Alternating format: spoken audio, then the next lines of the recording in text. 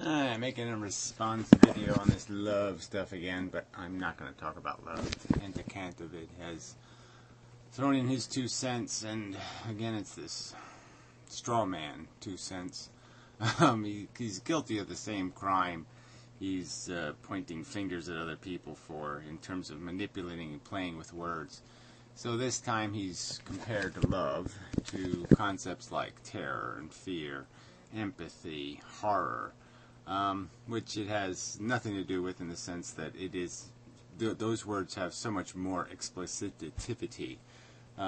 The reactions of the human beings are consistent from human being to human being, very little irregularity, where this idea of love is just bullshit. So this is again another conversation I keep having with the human race about how vocabulary is crap, and there are a lot of these words where we shouldn't even be using them. Okay, spontaneous, random, we can go down a list, lots of words that really don't have explicit enough definition to be useful. And you can sort of see it in medicine, a lot of other things. You know, there's some conditions, you know, they're just syndromes, and they call them a disease. They'll say like schizophrenia, like it has one cause, and it doesn't, like it's one kind of disease. No, it isn't. It's just a collection of symptoms that could be caused by lots of different things. So anyway, love is just a bogus word. On its face, it's just bogus. It just doesn't have any explicit definition. It's a mushy, wishy-washy, useless as a concept for communication, where terror, horror, empathy, these are all very describable concepts, and very definable in just a sentence. So it's just a bogus comparison, and I think it's a valid point to make that we use this word to glorify some sort of vague idea of what love is, to hold something up as if it has magic powers, because we allow it to be a catch-all for anything good. You know, and a lot of it's not good. I mean, so if you look at a lot of what love is, it's just lust. And then you can look at the possessive love, which is completely ungenerous, that has nothing to do with giving anything. It just has to do with using and taking and possessing and owning. Certainly hostile to any kind of glorifiable emotional state. You know, who wants the love of a homicidal, murderous, wife-beaten, crazy fuck? Yeah, no thank you. Love isn't a good word in that context. And again, the usury of this word, it's empty. It doesn't mean anything. Let's talk about our attachments. Let's talk about our addictions. Let's talk about, what happens to us through the progression of our relationships to things, what attracts us and what repulses us, and what our ego demands, and what our dignity, our sense of comfort, our stability in the world demands. Sometimes you do things, you care about things, just because you want resolution. You want to feel like everything's okay. So you want somebody else to be okay so you can feel okay. So again, it becomes a selfish emotion. But why do this? Why play a game defending a word that has no definition? Why do this? This guy concedes in the video here, right about here somewhere. He basically says, okay, the word doesn't have a definition. And then he goes on talking about like it's a valid word. And what's the point of that? What is the point of saying the word has no definition and then defending its use? What the hell is wrong with my mouse? This is really irritating. It's dead. It really shouldn't be. These batteries should be fine. This is not good. Yeah. I can't turn the video. God, I can't. I really can't win. Today's just not one of these days where you go, hey, I'm winning. No, I am not winning today. So what do I do? I don't know, I hit the space bar. Empathy, when you don't really get the terrible state someone else is in, but it's also a lack of empathy when you don't really get the wonderful state that someone is in. But at the end of the day, as I say, I don't think any of us have any information or have complete information to say categorically that any set of feelings don't exist. Well, that's not the argument, right? I mean, My Misery Me explicitly said in the video that we have these classes of feelings, that we have emotional states. He's just claiming that you can't use this one word to define these emotional states. It's just bogus, because they're very different emotional states for each person. What they put into this, what emotional states they put into this category of love is so divergent that the word is meaningless as communication. It has no meaning as a word to use in communication. You want to hold it to yourself? You want to play with it in your room?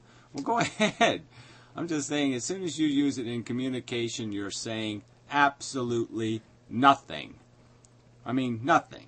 I mean, love means I love my mother. Love means some drunk going, I love you, man, I love you. Love means, some guy trying to get into a girl's pants, What is, this is not a rational use word. Oh, come on, mouse. That's, argument from ignorance, evidence of absence, or whatever, all kinds of objections to that. And I also think that it overvalues our ability to communicate our emotions to each other. Don't want to bring this up again. This horse has been flogged to death. But that's kind of the conclusion I drew from my exploration of antinatalism. You can't really debate an issue where even the most basic assumptions are not held in common. If two people... Well, this is the truth. That's right. So why are you defending this word? So here you say that you don't accept antinatalism because you're recognizing there's no common ground for discussion. Well, I mean, it doesn't change anything. I mean, it doesn't change the rightness or wrongness in the end of procreation, or whether it is or is not ethical. You're just saying you don't measure ethics the same way. You think that what you feel like doing is something you're allowed to do, and I argue that no, you're obligated to impact the world in a constructive way, and that nothing constructive will come of your prodigy. They will suffer and die, and some of them will do it likely, some percentage of them will do it in some horrific way that will never be justified by whatever joys the others experience. And you either argue that or you don't argue that. You either say, oh no, the little walks in the sunsets and the little joy moments somehow make up for the horrors. And again, we can go back through these analogies, but if I'm saying that if I can give a parent the choice, some parent who's facing their 6-year-old kid having cancer, and I give them the choice to give up all the extravagance of their life and go to bread and water minimums. Not horrible, but nothing glorious ever again. They'll take it to spare their child that suffering.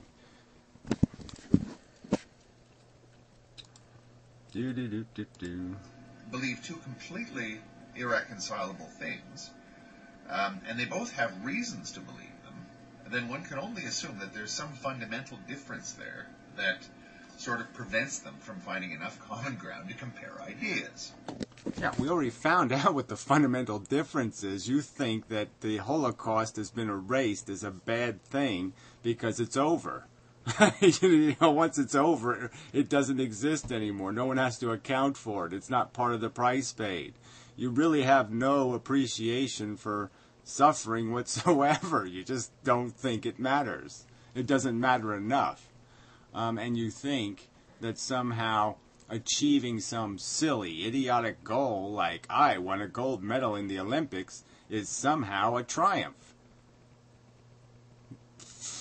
Sorry. I fail to see any logic.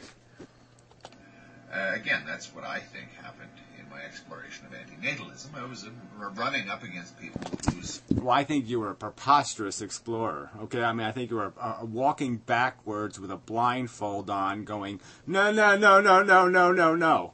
So, yeah, that kind of exploration, you're probably not going to find anything, okay? You're not going to get anywhere. You're likely just to bang into things, and that's all you did. You walked through the the logic shop, with your senses turned off by your refusal to accept a single argument, to hear the arguments even, let alone respond to them.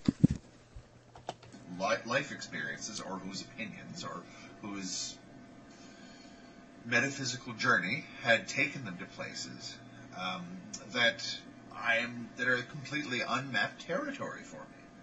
So if someone has drawn this conclusion, I have no means of saying that this person is wrong for being an antinatalist, any more than I have any reason to say that they're right, because at the end of the day I can't even get my head into where they are. But isn't that the point of this, though? Well, really, I mean, it's not that difficult. The thought experiments are pretty simple. You say, well, look, there's a Frankenstein. He's making little happy kids with pink balloons that go out the front door, and he's making little miserable Frankensteins that are popping out the back door. The Frankensteins are horribly miserable. The little pink girl chasing balloony things are comfortable in their little blissful moments here and there, but they're not accomplishing anything. Okay, they're just satisfying needs that don't need to exist. They're not saving the universe. They're not preventing something's suffering. They're not doing anything that needs doing. And you have this price being paid.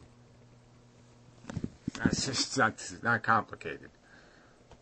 Ultimately, we can't walk around in someone else's shoes. I'm often fascinated by people whose ideas repel me, but I suppose it's just I'm fascinated by something that I find completely mysterious or incomprehensible to me. Yeah, well, whatever. You say incomprehensible. Like I said, what is so incomprehensible about value utilitarianism? I mean, just recognizing that the value is in the sentient experience. I mean, that doesn't sound like that's so very hard to imagine. And that all you're trying to do is create an economy of satisfaction, that we gain satisfaction, we can get it. I can be satisfied just because of my diet and because of my habits. One little tiny treat, a little bag of potato chips or something, that's like a banquet or something. It all depends on your position. And so if we can generate our satisfaction at a minimum cost, well, it just makes rational sense to do that, rather than have the extravagant queen who just feels the pee under the 43 mattresses kind of problem, right? Why buy the 43 mattresses if you don't need to? Why create a human being that needs 43 mattresses? I mean, you can't understand just simplistic, obvious value math. The problem is that you think there's something else happening here. You think there's something else besides a replicating molecule, 4 billion years of carnage wars to develop tool-equipped gladiators to fight in a war that has absolutely no purpose. I mean, we're fighting for the sake of fighting to create better gladiators, and that's it. There's nothing else happening here now. You think there is, but you won't tell us what that little magic something else is. You just think it's there. You just say, I think it's out there. So I'm the one who's left not understanding. You're giving me nothing to understand. You're giving me no roadmap to the little... You're just saying, it's out there. Off the paper over there is a big, huge pile of purpose and value. No. Not good enough. What motivates somebody to stay angry at the world for 30 years? I've seen people that are like that. One of my best friends is like that. I don't know why he's like that. I don't think I'll ever understand it. But based on how he's run his life, I can only assume that he has his reasons for feeling the way he feels. I guess he'd probably be able to articulate that to you, but why don't you say right to his face that you think he's just been angry at the world for 30 years for no reason, or he's staying that way for not a good enough reason. I don't, what does that even mean? What exactly does this angry at the world thing look like? You mean he's hostile to the grotesque sloppiness of how a human race is living? He finds it offensive and disgusting and insufficiently efficient? I mean, you can just keep arguing that people are somehow supposed to just acquiesce to whatever exists to get their whatever out of their life and then die. And that somehow they don't have any mission statement that says, do I want this to continue? Do I want things to continue to be subjected to this mediocrity?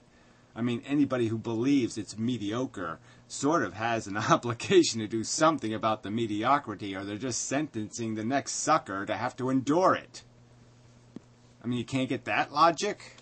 I mean, people sort of do need to be kind of mad at the world, or the world ain't going to get any better.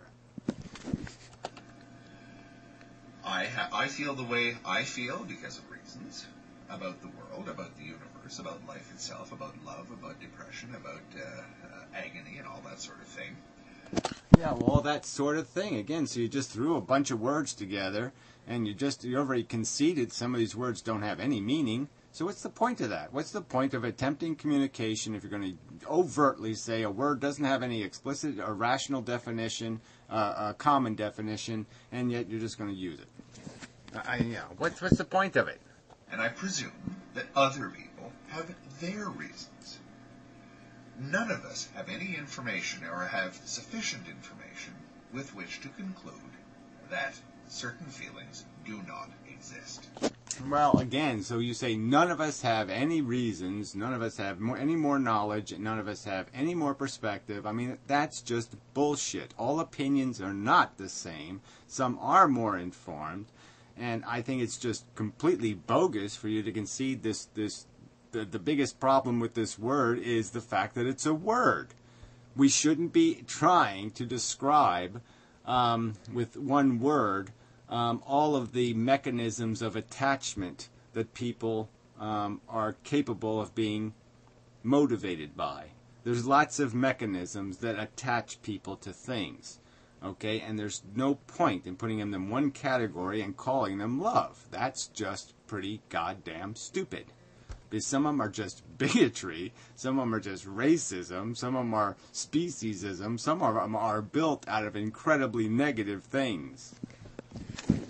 I mean, some people love things not because they like it, it's because they hate everything else.